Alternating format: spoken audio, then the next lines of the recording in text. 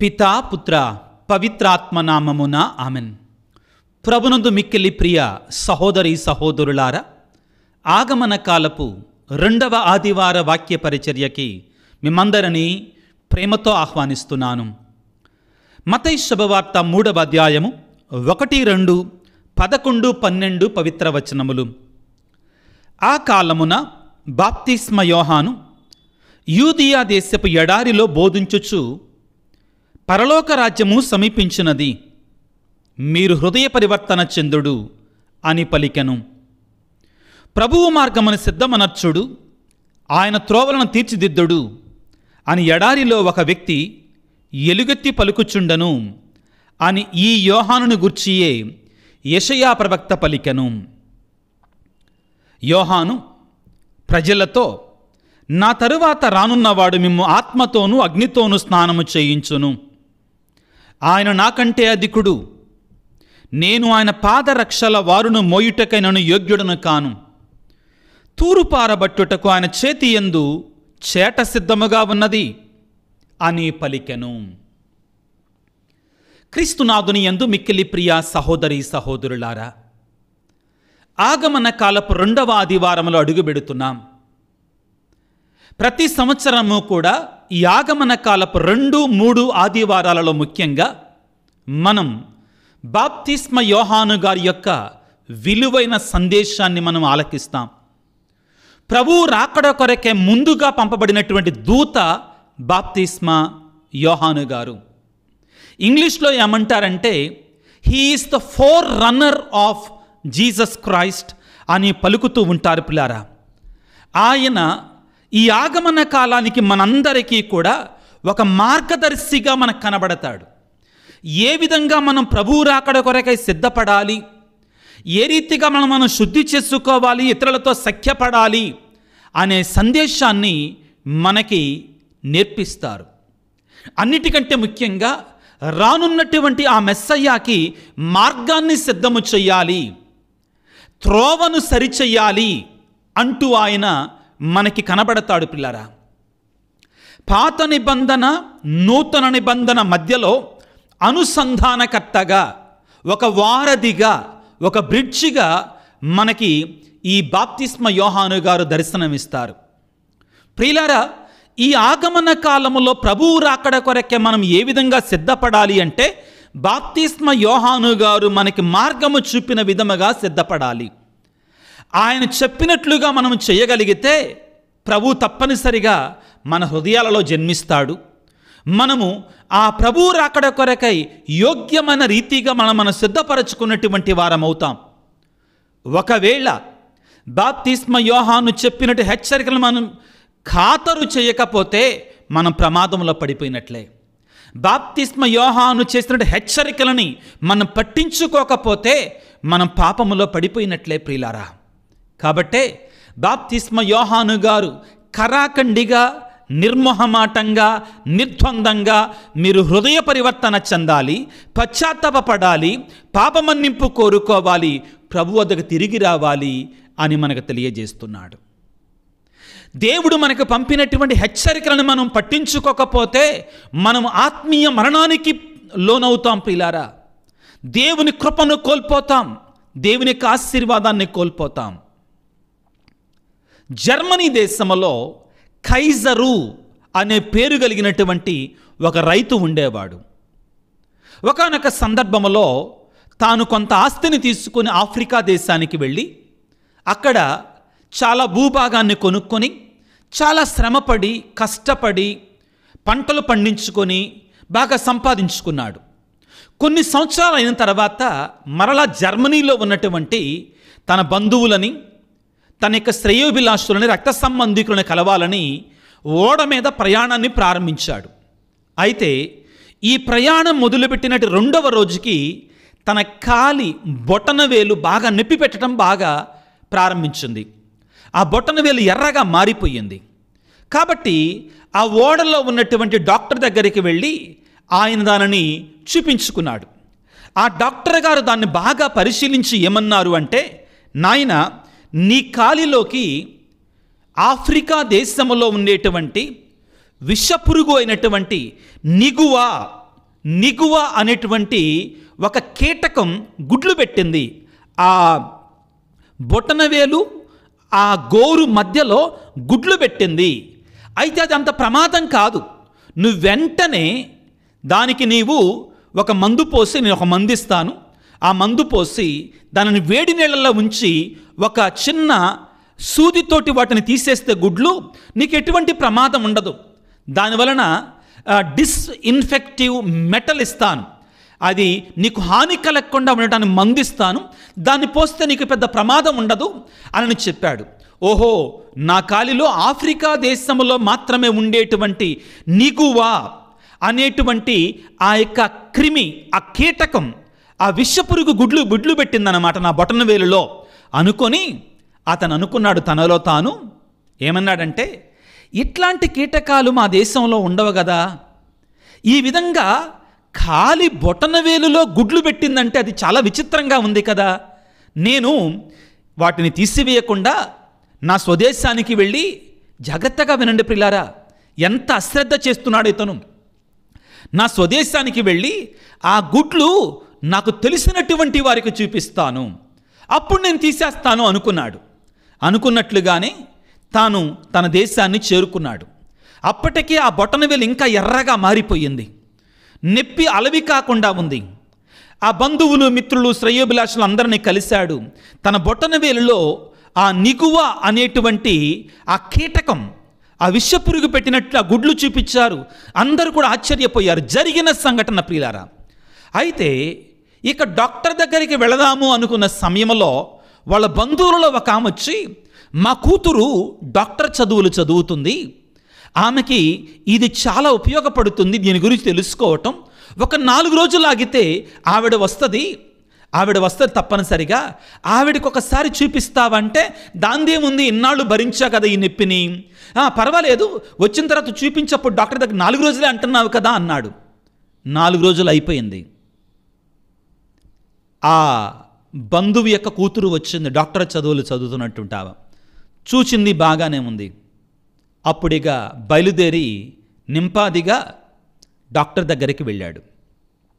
Doctor గారు చావు కబురు సల్లగా చెప్పాడు. ఏమిటి అయ్యా, ఈ నిగువ అనేటువంటి ఈ కీటకం విషపురుగు గుడ్లు పెట్టినప్పుడు నువ్వు వెంటనే స్పందిస్తే దానివల్ల ఎటువంటి ప్రమాదం ఉండదయ్యా, కానీ నీవు ఇది తెలుసుకున్న తర్వాత కూడా సుమారుగా 1 వారం ఓడ మీద ప్రయాణం చేశావు, 1 వారం ఎటువంటి భయము లేకుండా, ఎటువంటి శ్రద్ధ లేకుండా, ఎటువంటి వెంటనే తీసివేయాలి అనే జాగ్రత్త లేకుండా నీవు దానిని నీ శరీరంలోనే ఉంచుకున్నావు.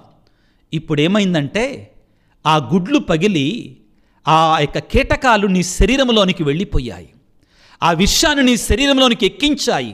ఇక నిన్ను భూమి మీద ఎవ్వడూ కూడా బ్రతికించలేడయ్యా, ఇక నిన్ను భూమి మీద ఎవ్వడూ కూడా బ్రతికించలేడయ్యా. దీనికి కారణం ఆ విషపురుగు కాదు, నీ అశ్రద్ధ నీ మరణానికి కారణం అని చెప్పాడు.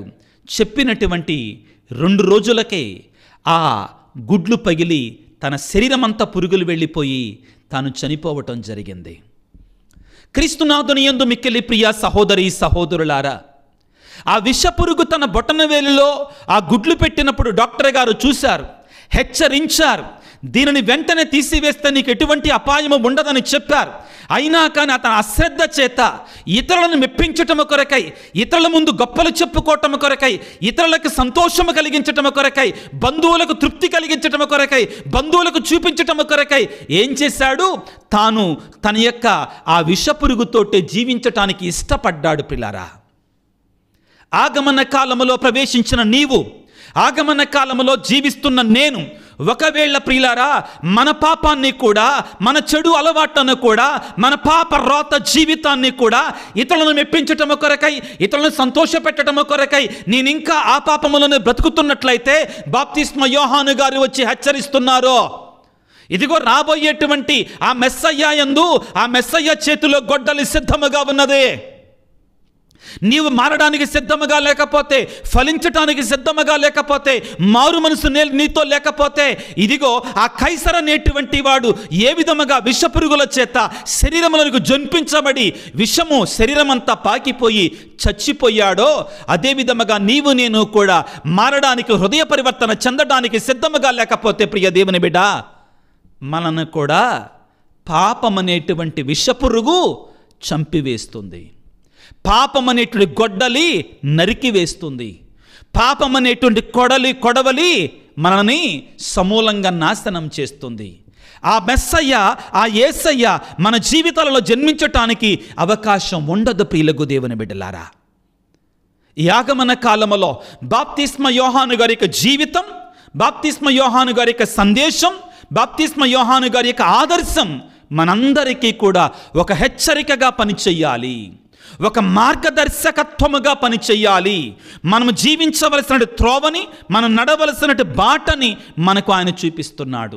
ఆ మెస్సయ్య నీ జీవితంలోనికి రావాలంటే, ఆ మెస్సయ్య నీ కుటుంబంలోనికి రావాలి అంటే, నీ సంఘములో జన్మించాలి అంటే, నీవు నేను అందరము కూడా బాప్తిస్మ యోహాను గారి జీవితాన్ని ఆదర్శంగా తీసుకోవాలి. బాప్తిస్మ యోహాను గారి సందేశాన్ని ఆదర్శముగా తీసుకోవాలి. బాప్తిస్మ యోహాను గారి దీనతని ఆదర్శముగా తీసుకోవాలి.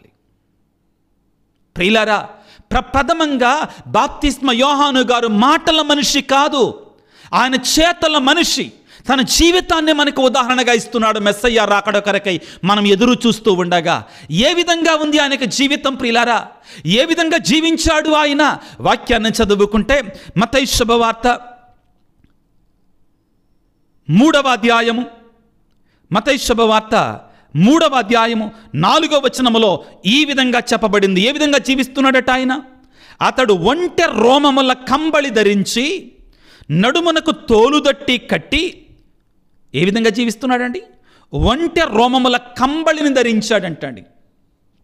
ఖరీదైన బట్టలు కాదు, దగదగ మెరిసే వస్త్రాలు కాదు. అదిగో సువార్తలలో ఆ నిత్యము కూడా విందులు వినోదాలతో, పట్టు పీతాంబరాలతో ఉన్నటువంటి ఆ ధనవంతుడి వలె జీవించలా. ఈ విధంగా జీవించాడట, ఒంటె రోమముల కంబళితో. అదే విధముగా నడుమునకు తోలుదట్టి కట్టుకొని జీవించాడు. ఏమి నేర్పిస్తుంది ఇది? నిరాడంబర జీవితం, నిరాడంబర జీవితం, హైఫై జీవితం కాదు. ఆ తరువాత తన భోజనం ఏ విధముగా ఉందట?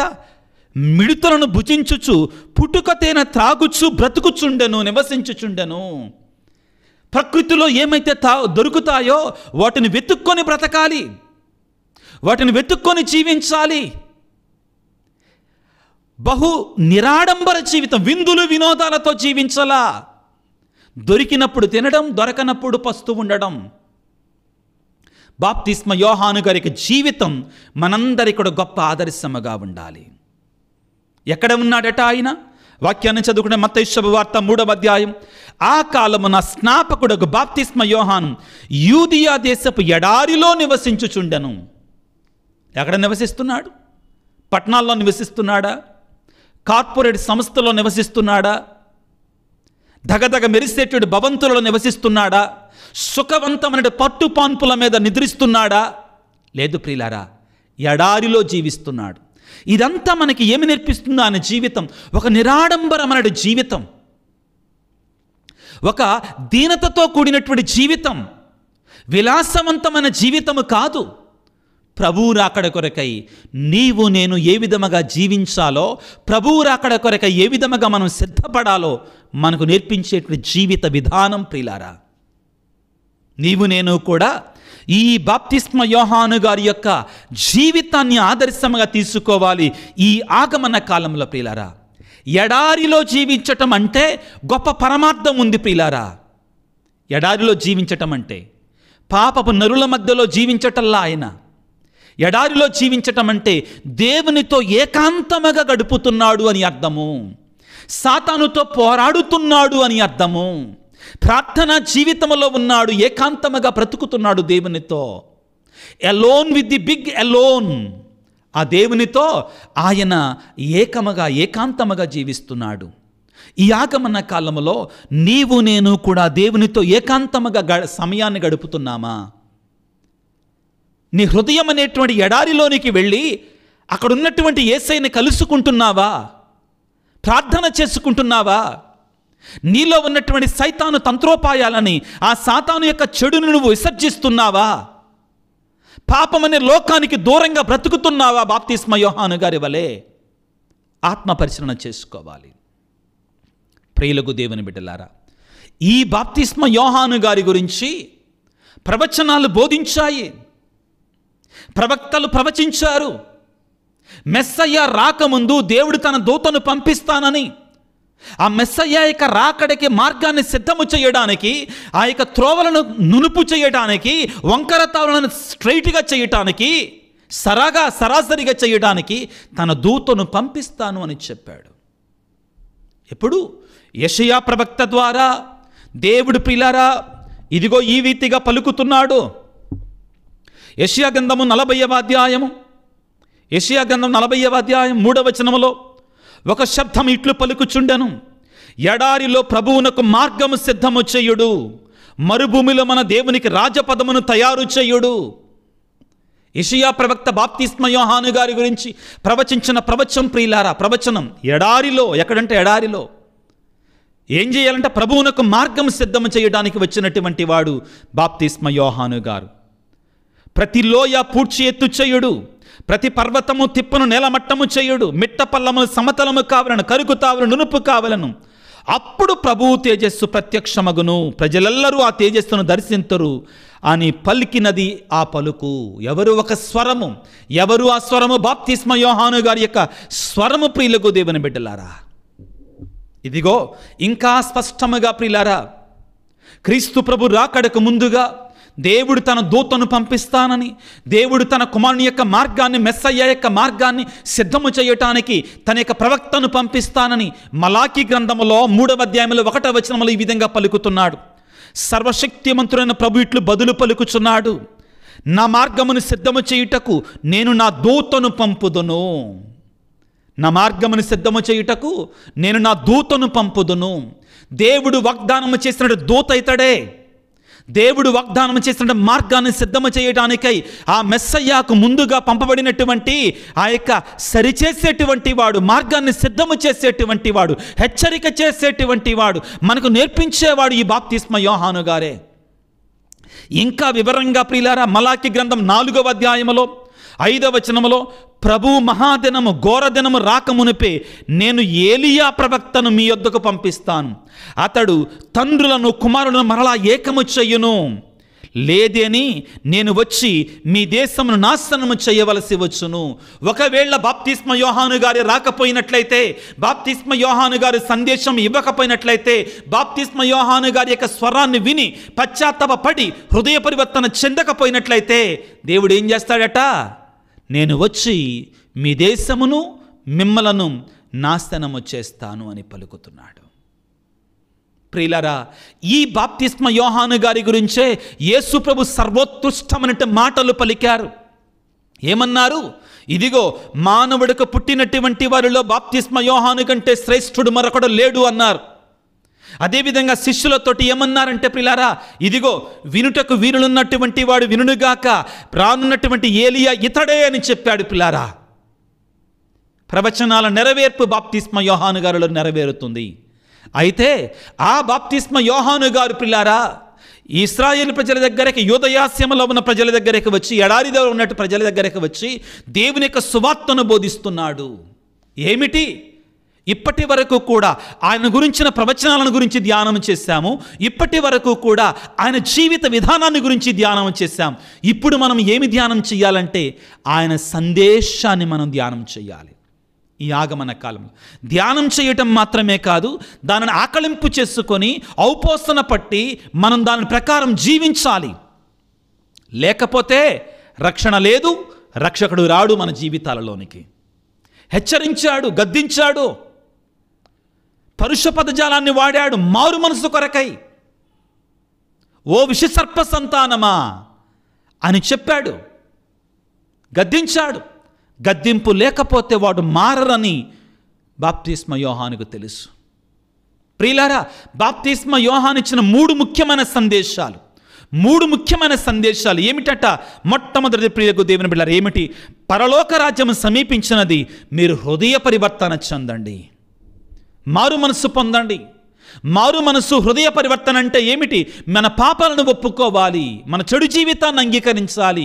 ఆ పాపాన్ని ఒప్పుకోవటం, అంగీకరించటం మాత్రమే కాదు, ఇక నుండి నేను ఆ పాపము జోలికి వెళ్ళను, నేను ఆ పాపాన్ని చెయ్యను, ఆ రోత జీవితాన్ని, పాప జీవితాన్ని విడిచిపెట్టి పవిత్రమైన జీవితాన్ని జీవిస్తాను అని చెప్పటం. హృదయ పరివర్తన, పశ్చాత్తాపము, హృదయాన్ని పరివర్తన చెయ్యాలి.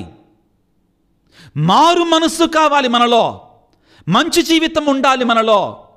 మొట్టమొదటిగా మారు మనస్సు పొందండి, హృదయ పరివర్తన చెందండి అంటున్నాడు.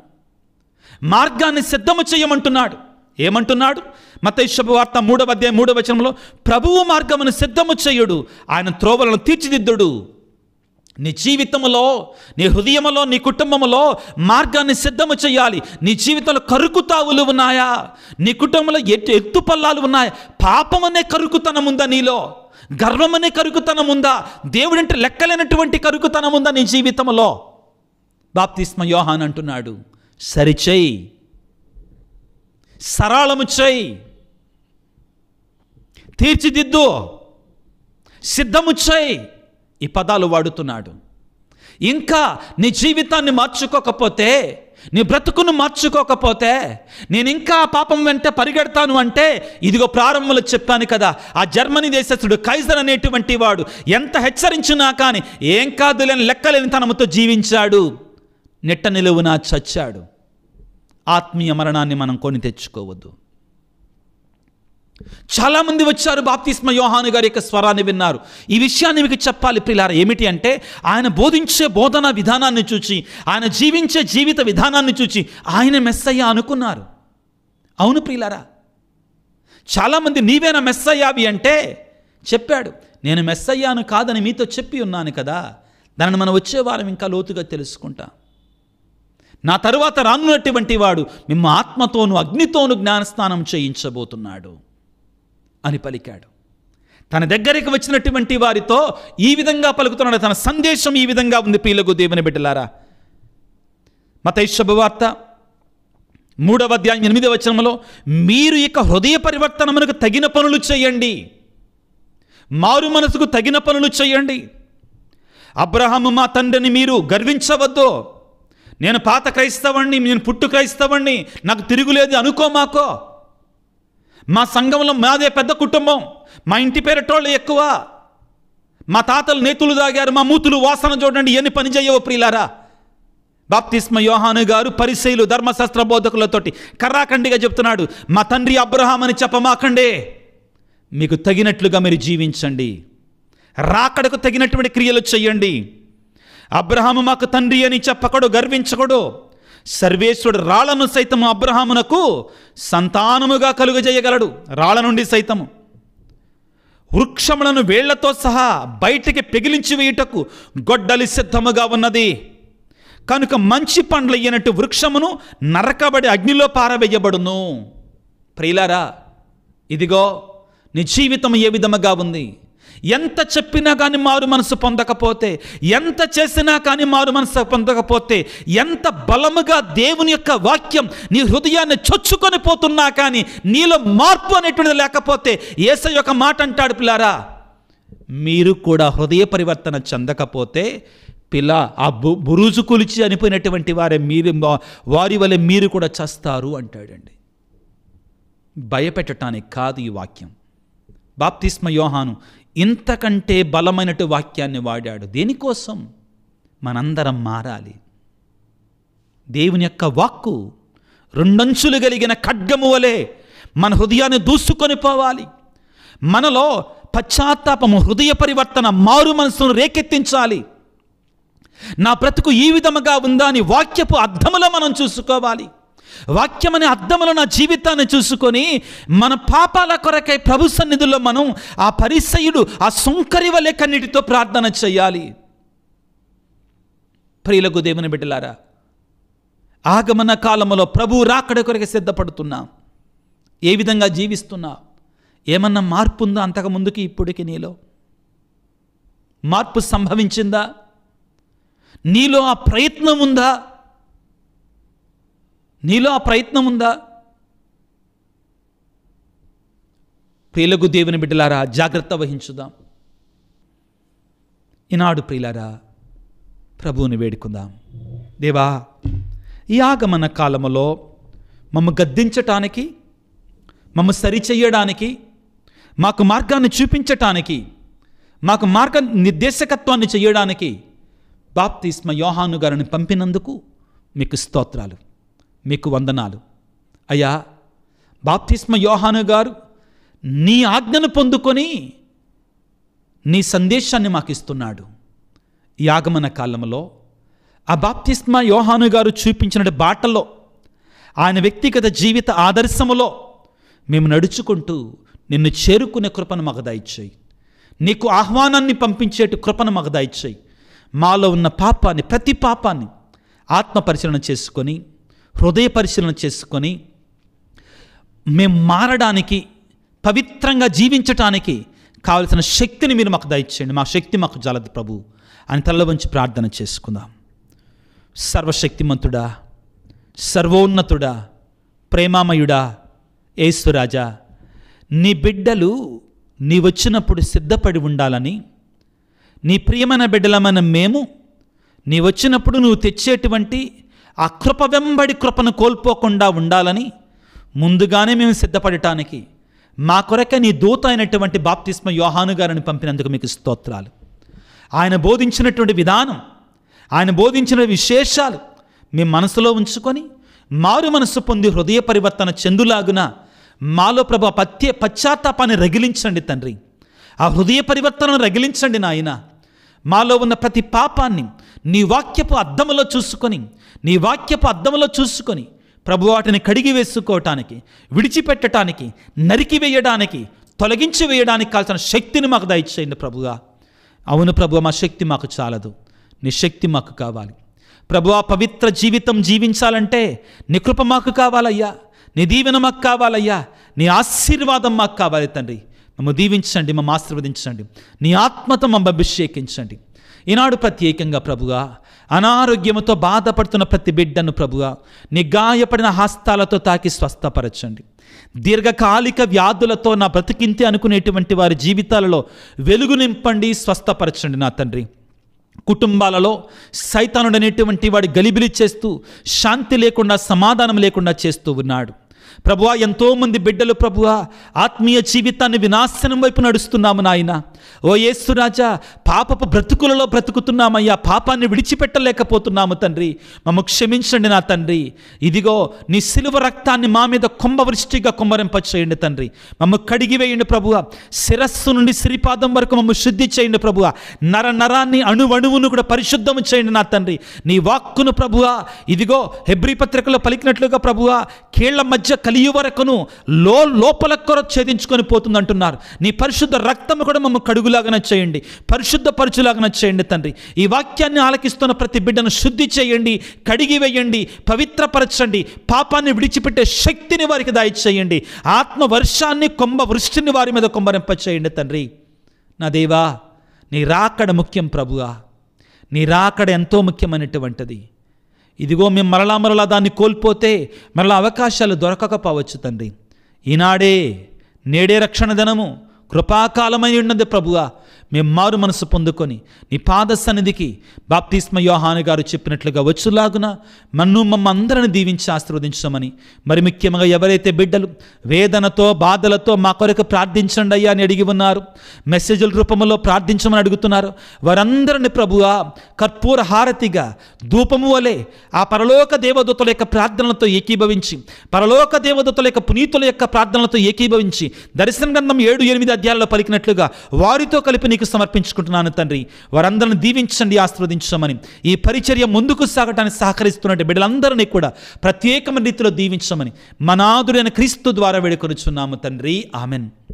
ప్రభువు మీతో ఉందురుగాక, మీ ఆత్మతో ఉందురుగాక.